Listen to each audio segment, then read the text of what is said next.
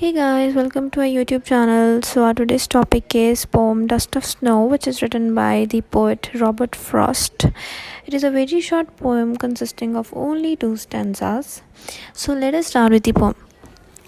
The way a crow shook down on me from the dust of snow from a hemlock tree. अब क्या होता है कि जो पोएट था वो पास कर रहा था हेमलॉक ट्री से कि अचानक से क्रो जैसी वो मूव हुआ या उड़ने की कोशिश करने लगा वहाँ से, तो उस उतने में क्या हुआ, जो स्नो थी पेड़ से गिर के पोएट के सर पे गिर गई स्नो.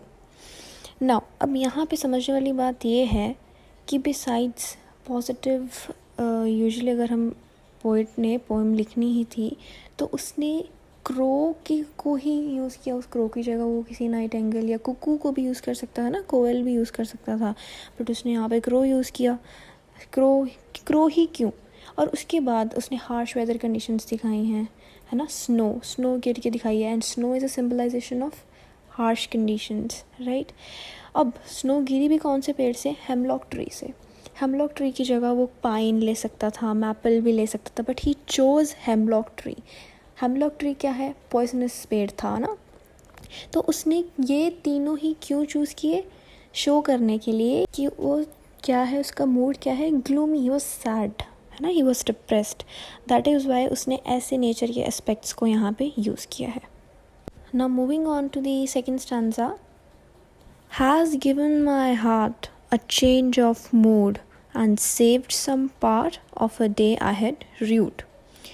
अब क्या हुआ कि जैसे ही बर्फ़ का फ्लेक, स्नो फ्लेक जैसे ही पोएट के सर पे गिरता है, उसका सारा जो मूड था, जो क्योंकि वो बहुत डिप्रेस्ड था, वो हमने लास्ट स्टैंजा में देखा है ना उसकी सिंबलाइजेशन से, तो एकदम जैसे इसके ऊपर स्नो गिरती है, जैसे ही वो नेचर के कांटेक्ट में आता है, his mood suddenly got changed, right. तो उसको रियलाइजेशन हुई कि यार मैंने आधे से ज़्यादा दिन मैंने ऐसे डिप्रेशन में ऐसे सैड होके निकाल दिया, है ना. तो इसको ये रियलाइजेशन हुई जैसे ही वो नेचर के when he came into nature's lap, है ना. तो अब वो कहता है अब नेचर के साथ कांटेक्ट में आने के बाद अब वो अपना अगला दिन जो भी होगा वो खुशी खुशी बिता पाएगा, राइट. तो पोएट क्या करता है कि जो भी उसने 3 सिंबल्स बताए थे पहले, वेनमस बताया था, और स्नो डिपिक्ट कर रही थी उसकी हार्डशिप्स जो फेस कर रहा था उस टाइम, है ना. और क्रो भी एक हार्श बर्ड है ना. सो ये जो तीनों चीज़ें, जो 3 उसने सिंबल्स पहले शो किए थे, अब वो किस में उसने चेंज कर दिए? Effective, pleasant. और इस नेचर के कांटेक्ट की वजह से उसकी सारी सैडनेस डिसअपेयर होगी. And this is the poem.